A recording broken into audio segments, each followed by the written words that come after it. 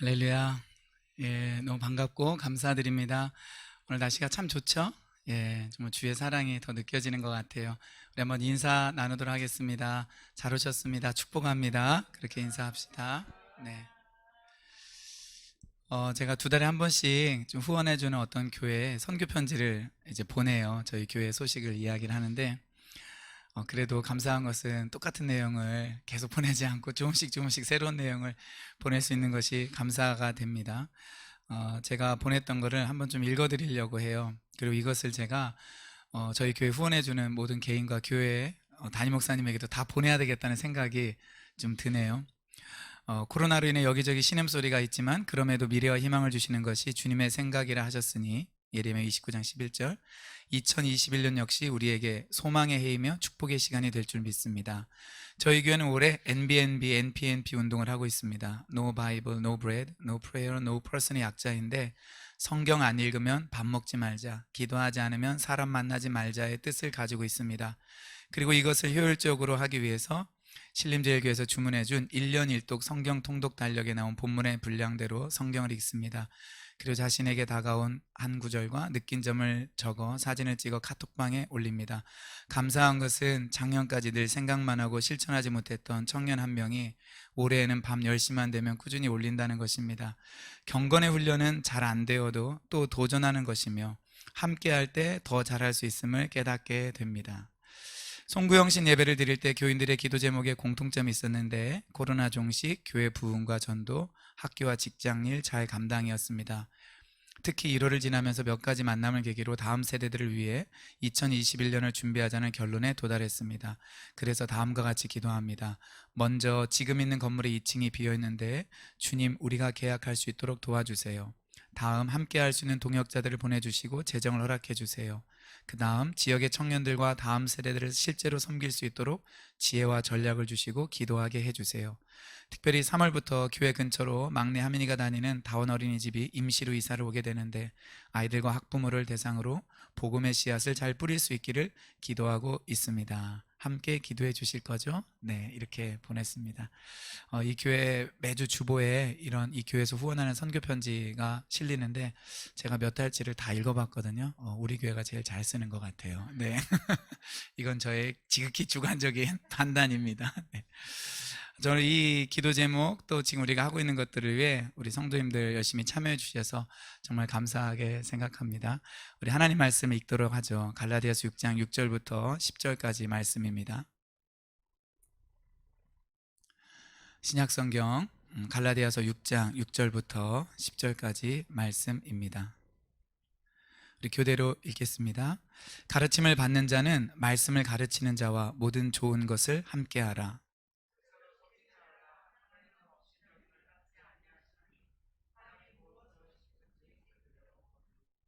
자기 육체를 위하여 심는 자는 육체로부터 썩어질 것을 거두고 성령을 위하여 심는 자는 성령으로부터 영생을 거두리라.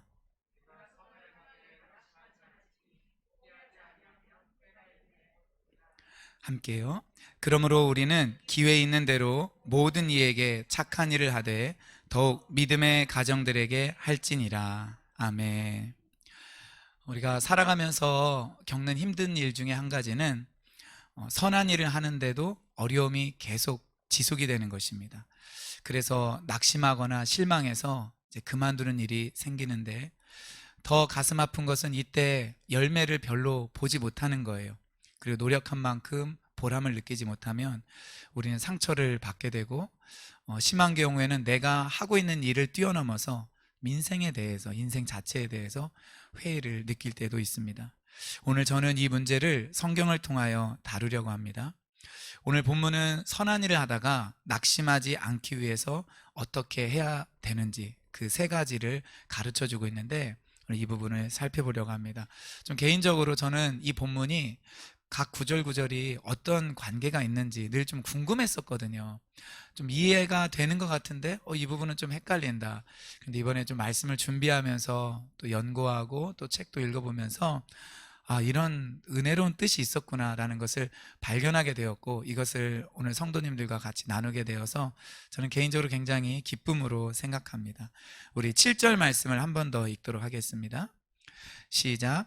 스스로 속이지 말라. 하나님은 업신여김을 받지 아니하시나니 사람이 무엇으로 심든지 그대로 거두리라. 아멘. 우리 사진을 하나 보도록 할까요? 이게 뭔지 아시죠? 뭐예요? 부메랑이죠. 문양이 이제 독특한데 이제 호주의 전통 부메랑이라고 나와 있더라고요. 여러분, 부메랑을 던지면 멀리 가는 것 같지만 사실은 다시 되돌아옵니다. 자기가 던진 것이 자기에게 그대로 오는 것이죠. 심고 거둠의 법칙이 이와 비슷한데 자기가 심은 것을 사람은 그대로 거두게 됩니다. 우리말 속담에 이제 콩 심은 데 콩 나고 팥 심은 데 팥 난다라는 말이 있는데 비슷한 의미입니다.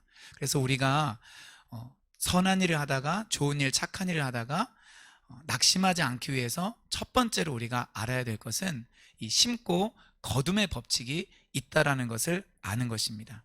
그렇기 때문에 우리가 무엇인가를 심었지만 선한 일을 하는 것은 심는 것이잖아요.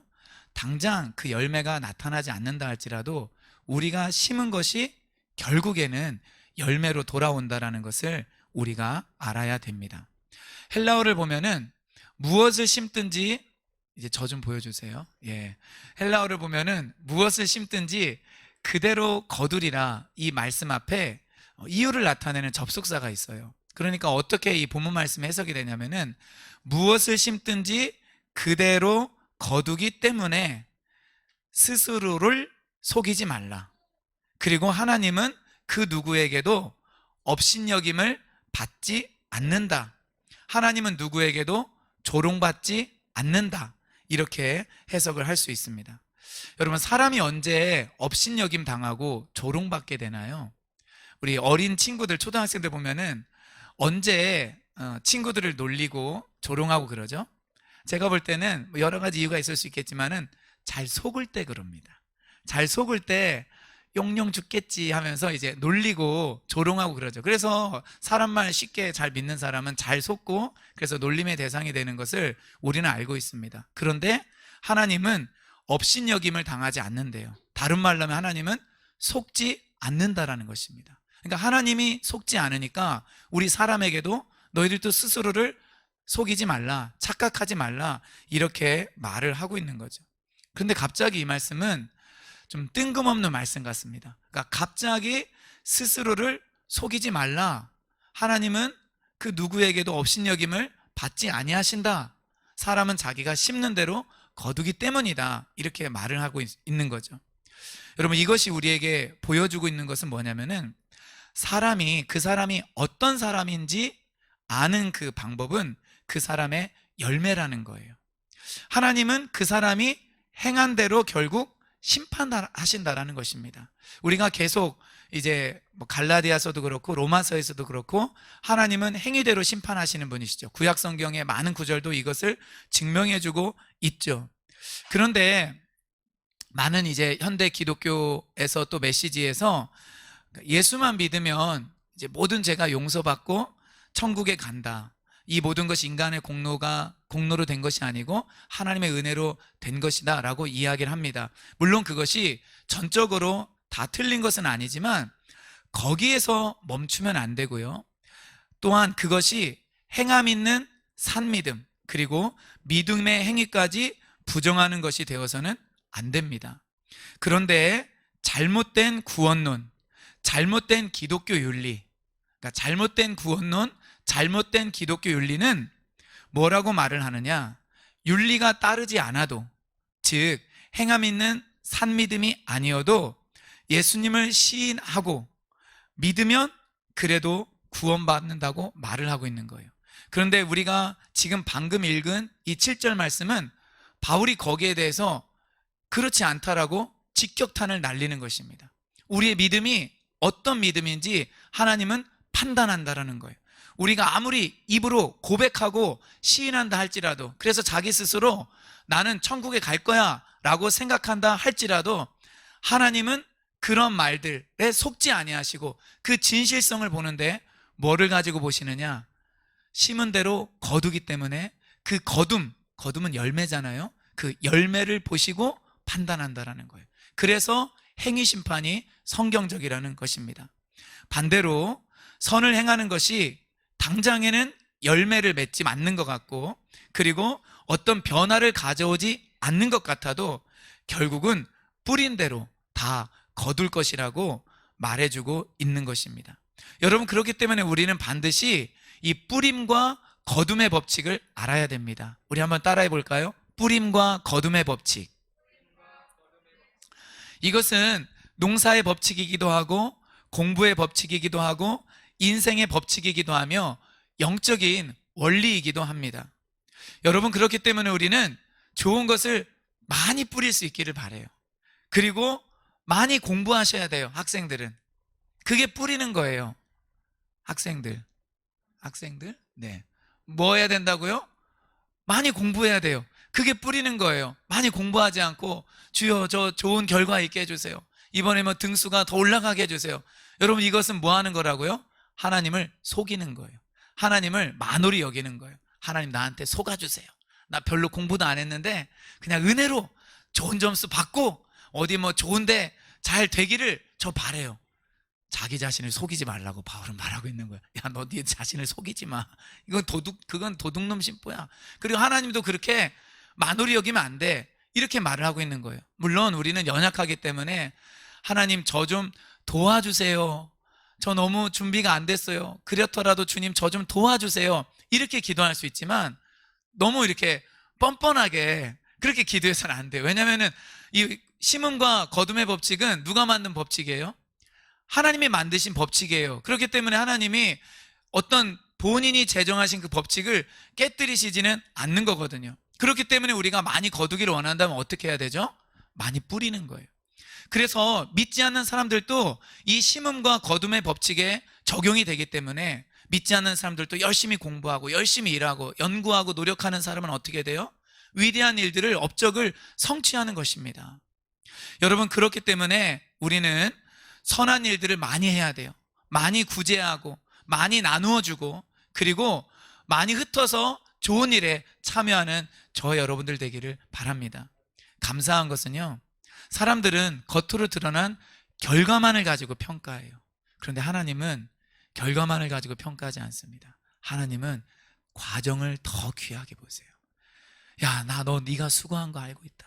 네가 열심히 공부하고 일하면서 나를 의지하고 정말 눈물 흘리고 항상 찬양 틀어놓고, 그리고 항상 성경 보려고 하고, 그리고 수시로 기도하고 너의 시선을 나에게로 든 것을 내가 다 알고 있다. 네가 원래부터 머리가 조금 안 좋아서 열심히 공부한 만큼 성적이 안 나오는 것뿐이지, 아니면은 네가 뭔가를 좀 잘 몰라서 열심히 일한 것만큼 그 좋은 결과가 안 나온 것뿐이지, 나는 다 알고 있다. 내가 보상해 줄게. 네가 노력한 거 내가 축복해 줄게. 우리 하나님은 이런 분이신 줄 믿습니다. 여러분이 그렇기 때문에 우리는 과정 속에서 하나님을 기쁘시게 해야 돼요. 이 과정 가운데서도 하나님을 절대적으로 의뢰하고 신뢰해야 되는 줄 믿습니다. 우리 사진 하나 보도록 하죠. 자, 이게 뭐예요? 예, 소. 저기 제가 볼 때는 어미소 같아요. 숫소는 아니겠죠. 어미소 옆에 이제 새끼소도 있고 이제 쟁기질을 하는데, 올해가 무슨 띠죠? 소띠예요. 여러분, 우리나라에서는 정말 이 소가 귀한 가축이었습니다. 이 달구지를 이용해서 소를 가지고 무거운 짐들을 옮기기도 했고, 그리고 저 사진에 보는 것처럼 이제 논이나 밭을 갈아서 농사를 지을 수 있도록 했습니다. 그리고 소 팔아서 자녀들 교육을 시켰습니다. 많이 들어보셨죠? 소 팔아서 대학 보내고, 콩 팔아서 대학 보내고, 예전에 우리 부모님들이 그렇게 하였습니다. 여러분, 소는 충성스럽게 일하는 짐승이죠. 올해 소띠인데 제가 무슨 뭐 띠에 나오는 동물 가지고 뭐 이렇게 하자 그런 거 하는 사람은 아니에요. 그런데 소가 열심히 일하는 것처럼 올 한 해 우리 열심히 일하고 열심히 공부하고 많이 뿌리면 좋겠습니다. 우리 저를 따라서 한번 선포합시다. 나는 올해 열심히 일하고 열심히 공부하고 많이 뿌릴 것입니다. 하나님은 반드시 내가 행한 것보다 더 많이 과정을 보시기 때문에 내 중심을 보시고 축복하실 겁니다. 아멘. 자, 두 번째, 우리가 선한 일을 하다가 낙심하지 않기 위해서는 선한 일의 마지막 결과가 영생이라는 것을 알아야 합니다. 우리 8절 읽겠습니다. 갈라디아서 6장 8절이에요. 자, 함께 읽죠.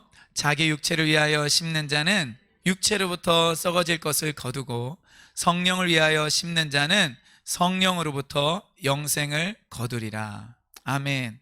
바울은 심고 거둠의 법칙을 이야기하면서 두 가지 예를 들어요. 하나는 자기의 육체를 위하여 심고 그 육체로부터 썩어질 것을 거둔다입니다. 여러분, 우리말 표현이 좀 어색하게 들리고 어려울 뿐이지 우리는 이 의미를 알고 있어요. 육체를 위하여 심는다라는 게 뭐예요?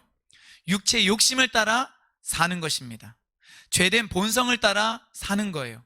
그러면 육체로부터 썩어질 것을 거둔다라는 건 뭐예요? 그 결과가 바로 썩어질 것이라는 것입니다. 그러니까 인생을 자기 멋대로 살아요. 자기 본성을 따라 살아요.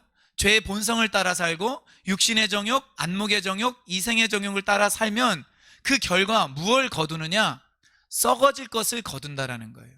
여러분, 썩는다, 이거를 조금 유식한 한자어로 우리 부패한다라고 하죠. 이것은 다르게 표현하면은 육체를 위하여 사는 자들은 결국 부패된 것을 거둔대요. 그런데 이 썩어질 것에 해당하는 이 헬라어가 우리 성경에 보면은 멸망이라는 단어로 번역되어 나타나기도 합니다. 베드로서 2장 12절을 우리말 성경으로 읽어봐요. 그러나 이들은 본래 잡혀 죽기 위해 태어난 이성 없는 짐승 같아서 알지도 못하는 일들을 모독합니다. 그러다가 그들은 결국 멸망을 당하고 말 것입니다. 이들은 누구냐면은 교회 안에 침투한 거짓 선생들이에요. 그래서 잘못된 교리를 가르쳐서 사람들을 예수 그리스도에서 떠나도록 만들어요. 지금 베드로 사도는 이것에 대해서 경고를 하면서 이 사람들은 결국 멸망당할 것이다 라고 말합니다. 여러분, 여기서 멸망은 뭘까요? 이것은 그들의 마지막 결과가 지옥에 들어간다라고 말을 하는 것이에요.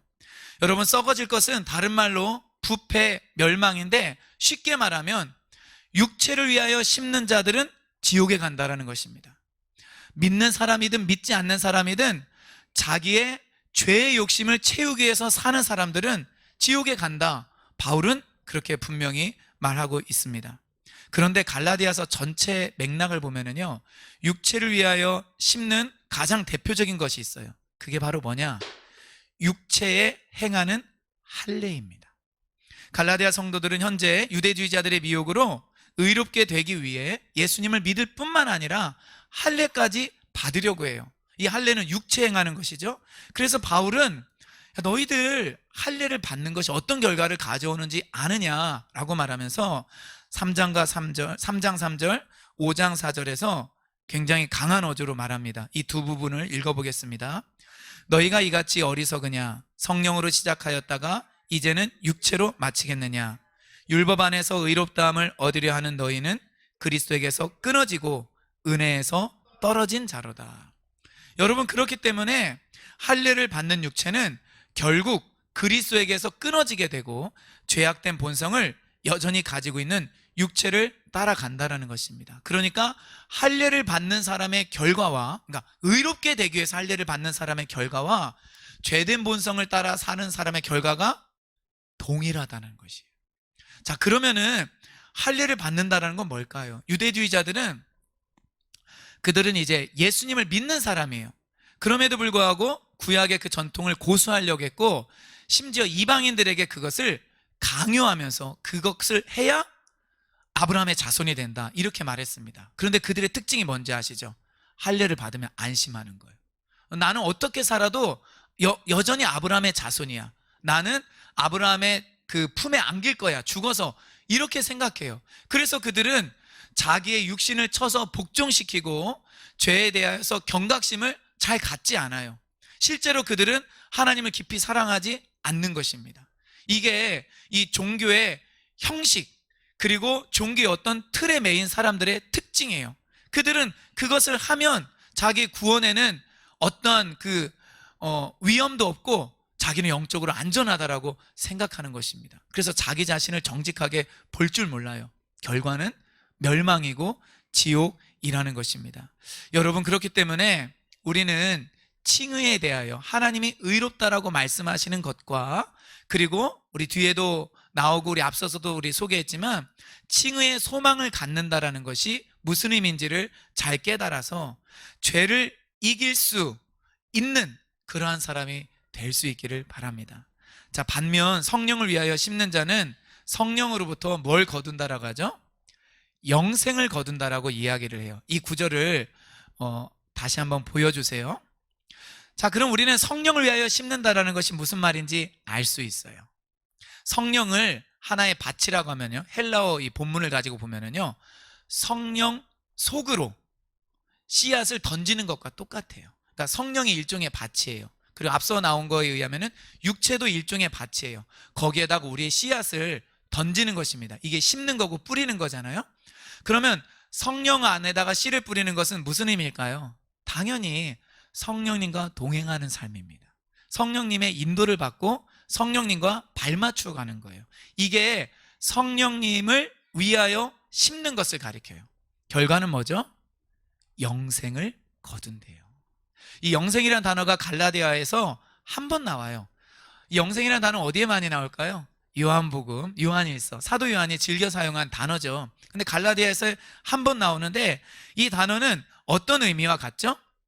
우리 갈라디아에서 나온 다른 그 표현을 빌려서 사용하자면은 유업, 그쵸? 그리고 하나님 나라, 이런 거와 같은 단어가 됩니다. 그리고 의의 소망, 이것과 같은 단어가 돼요.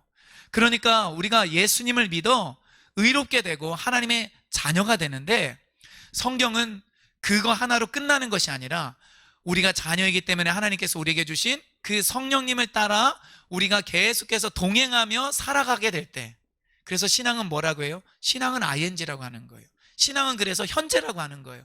그 현재의 신앙을 우리가 계속해서 살아나갈 때, 그때 우리에게 최종적으로 주어지는 게 뭐냐? 그것은 바로 영생이라는 것입니다. 와, 이거 정말 놀라운 의미죠. 예, 우리가 그래서 참 구원론을 바르게 정립하는 것이 필요합니다. 예수님을 믿음으로 의롭게 된 이유는 사실 이 성령님을 모셔서 성령님과 동행하기 위함이고, 그렇게 함으로써 영생을 얻는 것이 최종적인 결과라는 것입니다. 여러분, 그렇기 때문에 우리는 지금 성령님과 친밀감을 유지해야 돼요. 성령님과 동행해야 돼요. 그래, 그분의 음성 듣기를 소망하며 날마다 그분 앞에 가까이 나아가고 그분을 찾고, 그리고 그분의 그 마음을 받을 수 있기를 갈망해야 돼요. 사실 우리가 주님 앞에 막 기도하고 몸부림치며 기도하고 더 깊은 기도를 하고 오래 기도하려고 하는 건 뭐냐? 이 성령님에 대해서 민감해지기 위해요. 우리가 지식적으로는 다 알아요. 그리고 예수 믿는 사람은 내 안에 성령이 계시다라는 것도 인정합니다. 그리고 그 성령님을 더 느끼기를 바라는 그 마음도 있어요.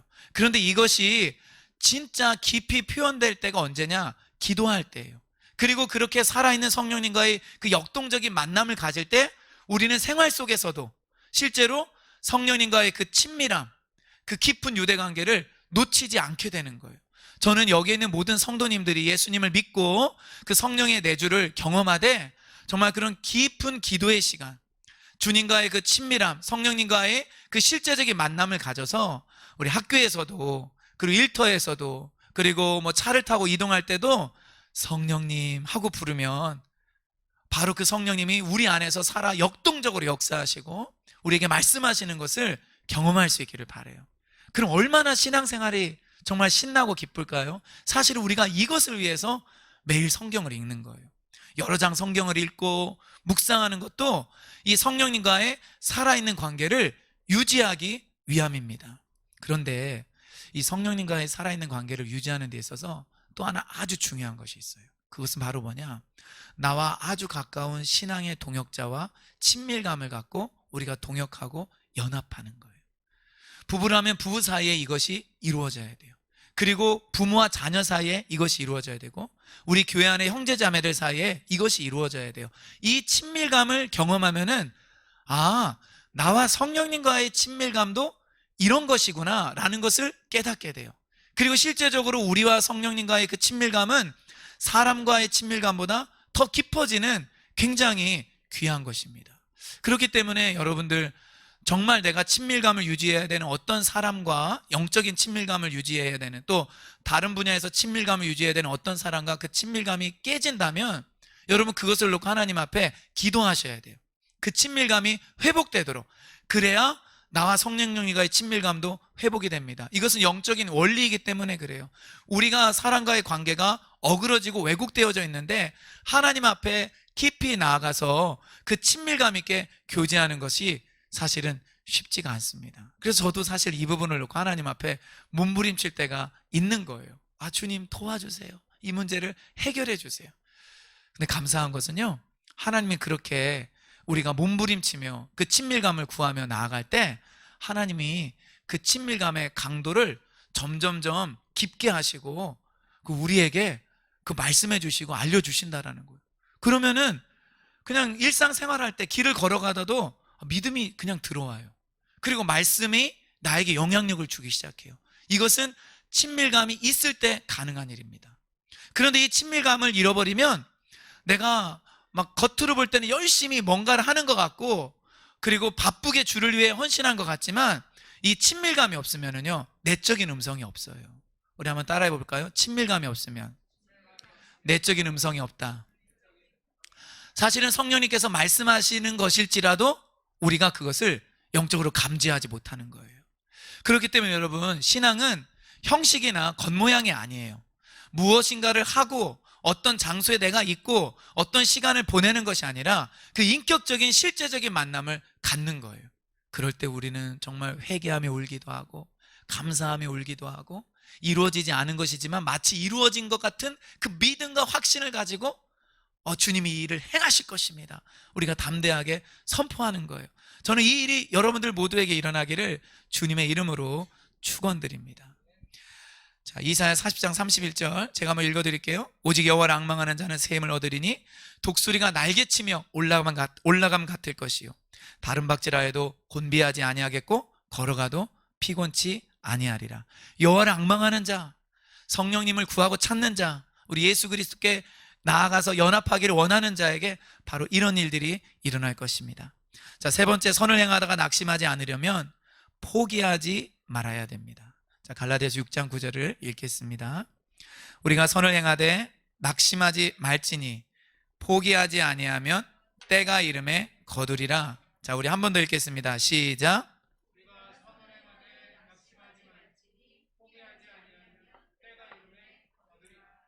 아멘. 여러분, 어떤 성경 구절은요, 우리가 그 의미를 깨닫는 것 자체로 일평생 우리에게 영향을 줍니다.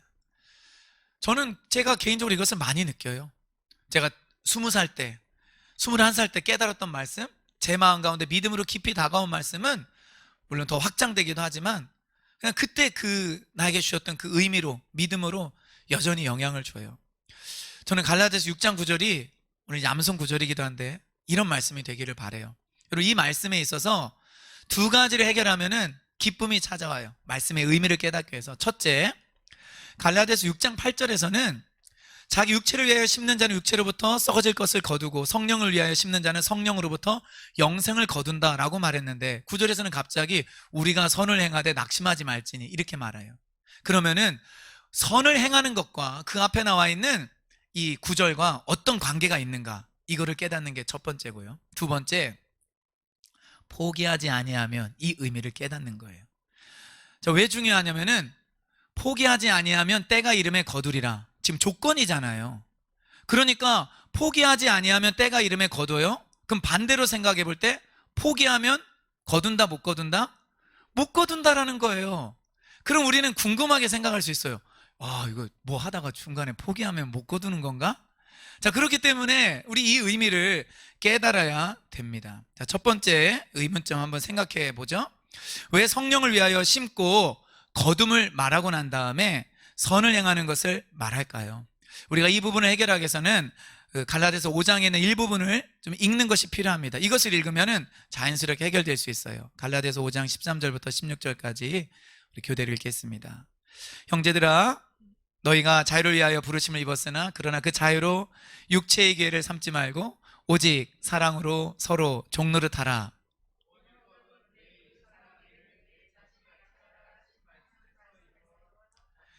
만일 서로 물고 먹으면 피차 멸망할까 조심하라.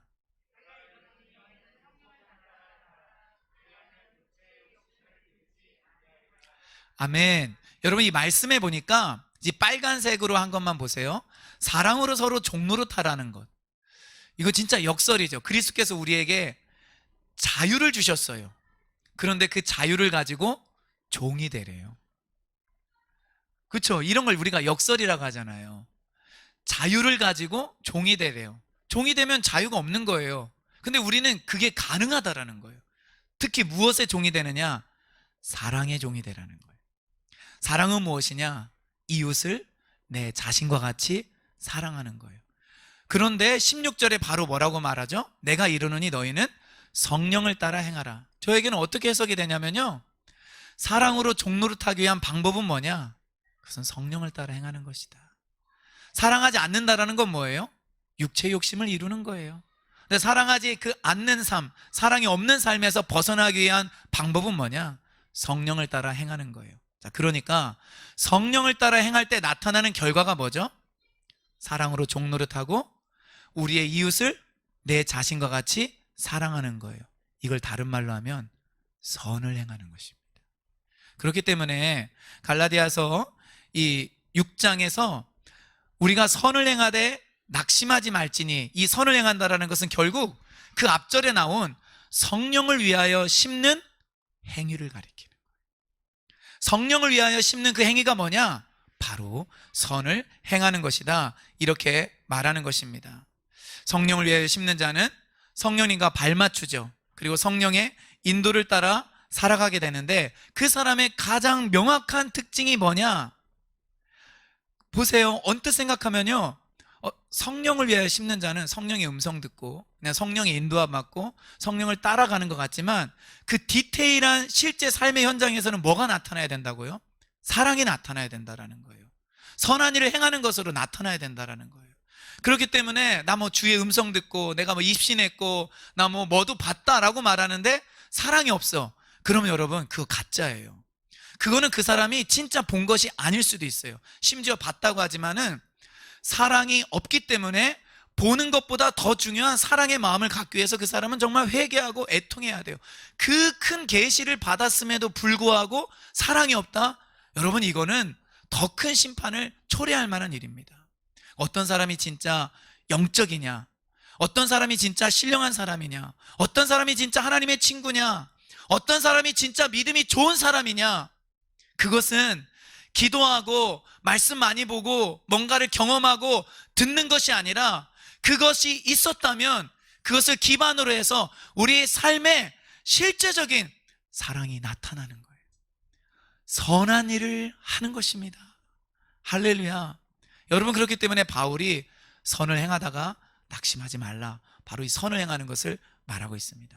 자, 두 번째 의문점은 뭐죠? 포기하지 않으면 이라고 나왔는데, 이게 무슨 뜻인가, 이것입니다.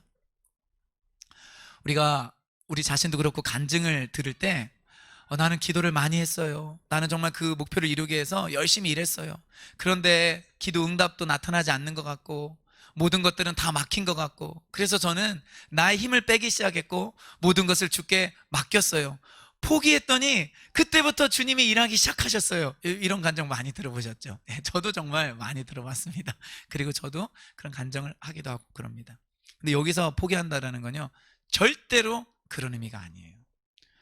그러면은 포기하지 아니하면 때가 이름에 거둔데 우리는 다 포기했더니 거뒀잖아요. 그러니까 안 맞잖아요. 그러니까 여기에서 포기하지 아니하면은 그런 의미가 아니라는 것입니다. 여러분, 여기서 포기한다라는 것은 뭘 포기한다라는 걸까요? 바로 성령님의 인도받는 것을 포기하는 거예요. 8절에 나와 있는 성령을 위하여 뿌리는 것을 포기하는 거예요. 그리고 9절 전반부에 나와 있는 선을 행하는 것을 포기하는 것입니다. 여러분, 신앙은 ing죠. 그렇기 때문에 우리가 성령의 인도함 받고 성령님과 발맞추는 것을 절대 포기할 수는 없는 거예요. 이 본문에 나와 있는 이 포기하면이 바로 그것입니다. 그런데 놀랍게도 우리가 그것을 포기하지 않으면, 그리고 선한 일 하는 것을 포기하지 않으면 주님은 뭘 약속하죠? 때가 이르면 거둔다 라고 말씀하십니다. 그러니까 하나님의 때에 거둔다라는 거예요. 이건 두 가지 의미가 있어요. 첫째, 이 세상에서 살아가는 동안에 우리가 포기하지 않으면, 성령의 인도함 받는 걸 포기하지 않고 선한 일을 포기하지 않으면, 근데 때로는 우리가 더 이상 어떤 사람에게 할 수 있는 것이 없을 때가 있어요. 그렇지 않나요? 저도 제가 돕는 청년들에게 뭐 할 수 있는 것이 없어요. 막 기도하다가 성령께서, 아니면 제 스스로, 대현아, 사랑은 행하며 너 뭐래도 해봐. 그래야 내가 너를 도와주지 않겠니? 그래서 제가 연락도 하고 뭐 하고 이러잖아요. 그러면은 진짜 지금 때가 아니네. 오히려 더 실망을 받고 상처받을 때도 있어요. 낙심이 될 때가 있어요. 그런데 그때 내가 뭐를 할 수 있죠? 기도할 수 있어요. 기도는 포기하지 않을 수 있어요. 아무리 상황이 불가능하게 보여도 기도는 포기하지 않을 수 있습니다. 이렇게 우리가 포기하지 않으면은 하나님의 때가 되었을 때 거둔다라는 거예요. 거두게 하시는 분은 하나님이시고 그 때를 조정하시는 분도 하나님이십니다. 또한 이것은 두 번째 더 큰 그 때와 거둠이 있어요. 어떤 때죠? 예수님이 다시 오실 때, 내가 성령님과 동행하고 성령과 발맞추어 살며 성령을 위하여 심을 때, 8절에서 뭘 거둔다라고 하죠? 영생을 거둔다라고 하죠. 바로 9절에서 그것을 말해주고 있습니다. 여러분, 그렇기 때문에 우리는 어떠한 일이 있어도 뭘 포기하면 안 되죠? 성령님을 따라가는 삶, 성령님과 발맞추는 삶, 성령을 위하여 뿌리는 것은 절대 포기하면 안 되고요, 선한 일 포기하면 안 되고, 그리고 어떤 사람을 위해서 기도하는 것을 우리가 포기하면 안 됩니다. 어려워도 포기하지 마세요. 왜냐? 때가 되면 하나님이 어떠한 모양으로든 거두게 하시기 때문에 그래요. 할렐루야. 여러분, 우리가 믿는 분이 이 하나님이에요. 하나님이 지금 이것을 약속해 주시고 계시는 것입니다. 그렇기 때문에 포기하지 말아야 됩니다. 근데 우리에게 사단은 낙심하라고 말하고, 사단은 우리를 속이고, 그리고 우리의 그 심령이 약해져서 우린 자꾸 낙심해요. 신앙생활에서 가장 경계할 것 중에 하나가 낙심입니다. 낙심하지 말아야 좋은 일들이 우리에게 이루어지는데 우리는 낙심해요. 저부터 그럴 때가 있어요. 낙심해서 그냥 중간에 쉬어버리고, 그냥 낙심해서 이것은 그냥 주님께 맡기자 이렇게 말하는데요, 우리가 이제부터 좀 바뀌었으면 좋겠어요. 뭐냐? 주님께 맡기자를 그래도 포기하지 않는다. 무슨 말인지 이해되시죠? 내가 어떤 행동을 적극적으로 하지 못해도 최소한 뭐는 할 수 있다? 기도는 할 수 있다. 그리고 내가 어떤 일을 적극적으로 하지 못해도 지금 내 안에 계시고 내 옆에 계신 성령님과 내가 동행할 수 있고 그분과 발맞춰 갈 수 있다. 한번 따라해 볼까요? 맡기지만 포기하진 않습니다. 할렐루야. 여러분, 이 낙심과 관련돼서 몇 가지 성경 말씀 찾아볼게요. 읽어보겠습니다. 낙심하지 않아야 우리가 항상 기도할 수 있어요. 누가복음 18장 읽겠습니다. 예수께서 그들에게 항상 기도하고 낙심하자라 것을 비유로 말씀하여, 항상 기도하고 낙심하지 말아야 할 것을. 그러니까 낙심하면 기도 안 돼요. 그렇지 않나요? 그래도 소망이 있어야 우리가 기도를 하는데 낙심하면 기도가 안 됩니다. 자, 또한 낙심하지 않아야 우리의 직분을 계속해서 감당할 수 있어요. 고린도서 4장 1절 있습니다. 그러므로 우리가 이 직분을 받아 긍휼하심을 입은 대로 낙심하지 아니하고. 직분을 받은 자는 낙심하면 안 됩니다. 낙심하지 않아야 우리 직분을 감당할 수 있어요. 자, 내가 어떤 직분을 맡았다, 사명이 있다 하시는 분 한번 손 들어 보실래요?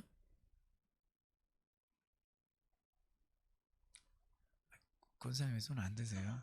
지금 온라인에 지금 실시간 생중계인데 권사님 직분이 있죠? 다시 한번 제가 기회 드리겠습니다. 나에게 직분이 있다, 나에게 사명이 있다 하시는 분 손 들어 보세요. 제가 이름 부릅니다. 손 안 든 사람. 얼른 드네. 네. 우리 뒤에도 손 들었나요? 뭐 지금 충성하는 것 같아. 손 들었어요 지금. 네. 우리에게는 다 직분이 있어요. 사명이 있어요. 그런데 어떤 때 이거 감당하기 싫어요. 귀찮아지고 버겁게 느껴져요. 언제요? 그때 항상 공통점이 있는데 낙심할 때예요. 낙심이 찾아오면은 때려쳐버릴까 뭐 이런 생각 들고 그냥 어디 도망갈까? 잠수 탈까? 이래요. 젊을 때는 잠수라도 타죠. 저는 잠수도 못 타요. 예. 내가 잠수를 타면은 뒷감당을 누가 다 합니까? 예를 들어서 제가 2주 동안 잠수를 타봐요. 우리 가정과 교회는 어떻게 돼요? 우리 박은희 집사님 새벽 기도 인도하신대요. 네. 이거 너무 힘든 일이에요. 예. 뭐 다들 뭐 교회 오셔서 철회하셔야 되고, 목사님이 돌아오게 하소서 기도해야 되잖아요. 난 잠수 못 타요. 인간적으로 나는 잠수를 탈 수가 없는 상황에 이르렀어요. 대학생 때는 그냥 잠수 탈 수 있는 거예요. 청소년 때도 그냥 잠수 타는 거예요. 예, 가출했다가 일주일 만에 돌아오면은 아유 그래도 네가 와서 다행이다 인정받아요. 가출하고 일주일 만에 돌아와도. 예. 그런데 어떤 상황이 되면은 가출도 못하고 잠수도 못해요. 못 타요. 뭐 어떻게 해야 돼요? 낙심하지 말아야 돼요.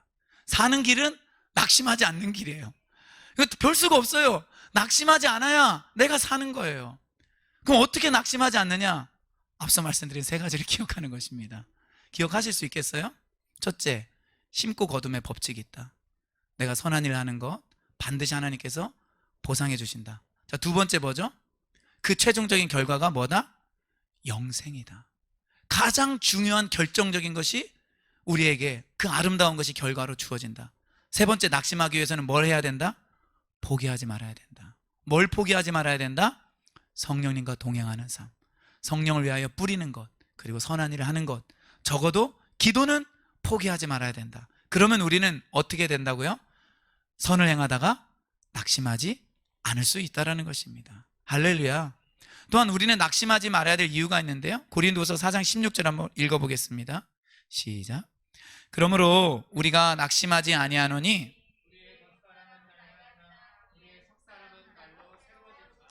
아멘. 사람이 가장 많이 낙심하는 때는 언제냐? 나이 들 때예요. 그리고 자기가 나이 든 걸 인식할 때, 거울 보고 아 주름이 더 생겼네. 그리고 예전과 같지 않아요. 몸이 제 말을 듣지 않아요. 움직일 때마다 어디가 아파요. 근육량의 손실이 일어나서 예전만큼 뭐 잘 일하지 못해요. 그러면 낙심하기 쉽습니다. 아, 내 예전에 이러지 않았는데, 화장 안 해도 예쁠 때가 있었는데, 그렇죠? 그리고 막 대충 입어도 아름다울 때가 있었는데 요즘에는 바르고 감추고 어떻게 해서든 막 해야 좀 멋지게 보이는 그런 나이가 되면은 힘들어질 수 있어요. 근데 바울은 오히려 어떻게 말해요? 나 낙심하지 않는다. 이유가 뭐예요? 겉사람은 낡아지지만 속사람이 날로 새로워지기 때문에. 여러분, 그렇기 때문에요, 나이 든다고 해서 낙심하지 마세요. 그런 거에 해당되는 분들이 여기 좀 있죠. 저와 같이. 예, 우리 한번 따라해 봅시다. 나이 든다고 해서 낙심하거나 속상해하지 맙시다. 중요한 건 뭐예요? 우리의 속사람이에요.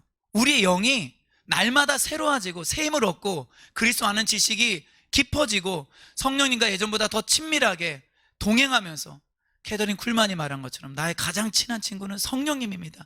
이걸 말할 수 있다면 그럼 얼마나 좋을까요? 그래서 우리는 낙심하지 않는다라는 것입니다. 자, 이제 그렇기 때문에 우리는 나누지 않은 6절에 나와 있는 의미를 알 수 있어요. 자, 6절 어떻게 시작하죠? 가르침을 받는 자는 가르치는 자와, 말씀을 가르치는 자와 모든 좋은 것을 함께하라. 자, 선을 행할 수 있는 여러 가지 방법이 있어요. 가난한 자를 구제할 수도 있고, 외로운 자에게 찾아가서 함께 시간을 보내고, 배고픈 사람에게는 먹을 것도 사줄 수 있어요. 그런데 교회 안에서 선행할 수 있는 그 방법 중에 하나는 뭐냐? 말씀을 가르치는 자와 모든 좋은 것을 함께 하는 것입니다. 저는 이 말씀을 나누면서 왜 이렇게 신이 나는지 모르겠어요. 예. 여러분에게 말씀을 가르치는 다른 사람이 있으면 그 사람하고 모든 좋은 것을 함께 하세요. 예. 가세요. 그 사람에게 모든 좋은 것을 함께 하세요. 그런데 제가 말씀을 가르치는 자라면 모든 좋은 것을 저와 함께 하는 거예요. 왜 그래요? 그것이 가치 있고 귀한 일이기 때문에 그래요. 그래서 바울이 지금 뜬금없는 것 같지만 언뜻 보면 진짜 뜬금없지 않나요? 이 6절 말하고 어떤 설명도 없어요. 그리고 나서 스스로 속지 말라. 하나님이 속는 분 아니다. 심고 거둠의 법칙이 있다. 이렇게 말을 하죠. 그리고 선왕에 대해서 얘기하고, 바로 말씀을 가르치는 자와 모든 좋은 것을 함께하는 것이 선한 일이에요. 그리고 10절에서는 말씀을 가르치는 자뿐만 아니라 누구에게도 이 착한 일, 선한 일을 하라고 말하고 있죠. 모든 사람에게, 즉 믿음이 없다 할지라도, 우리가 볼 때는 악인과 같은 사람이라 할지라도 그 사람에게 착한 일을 하라는 것입니다. 이 6절에 나와 있는 이 좋은, 그리고 10절에 나와 있는 이 착한, 이게 바뀌었나요? 제가 지금 성경을 안 봐서 그러는데 이게 헬라어로는 같은 단어예요. 그러니까 우리는 누구에게 착한 일, 좋은 일을 해야 돼요? 모든 사람에게, 원수와 같이 느껴지는 사람에게, 그리고 나를 귀찮게 하고 나를 피곤하게 하는 사람에게도 우리는 선한 일을 해야 됩니다. 특별히 누구에게 더욱더 선한 일을 하라고 해요? 믿음의 가정들에게. 이거는 믿음의 가정과 그리고 믿지 않는 가정을 구분하라는 뜻이 아니에요. 믿음의 가정들의 그 수고를 알아주라는 것입니다. 아마도 이 당시 이 믿음의 가정들은 뭘 많이 했을까요? 당연히 제가 봤을 때는 선한 일을 많이 했어요. 그래서 그들의 재정을 사용했어요. 그리고 그들의 집을 오픈해서 나그네들이 들어오게 하였고 고아를 먹였고, 그들의 그 가정을 오픈하여서 다른 성도들이 함께 와서 그 가정교회를 이루게 했을 것 같아요. 그 믿음의 가정들에게 더욱더 착한 일을 하라는 것입니다. 즉 하나님을 위하여 헌신하고 하나님을 위하여 수고한 사람을 알아주라는 거예요. 여러분, 우리에게도 이것이 필요해요. 뭐 저뿐만 아니라 우리 성도님들 중에, 우리 청년들 중에, 청소년들 중에 정말 주를 위하여 수고하고 헌신하는 그런 사람들이 있다면, 있죠. 사실 우리 그 사람들의 수고를 알아주는 거예요. 그리고 그 사람들을 위해서 우리가 또한 할 수 있는 선한 일을 하는 것입니다. 그러면 교회는 건강해져요. 그러면 교회는 진짜 서로를 축복해주고 사랑하는 교회가 될 것입니다. 자, 선언행하다가 낙심하지 않으려면 세 가지 기억하실 수 있으시겠어요? 이거 진짜 기억하셔야 되는데, 첫째, 뭐를 알아야 된다?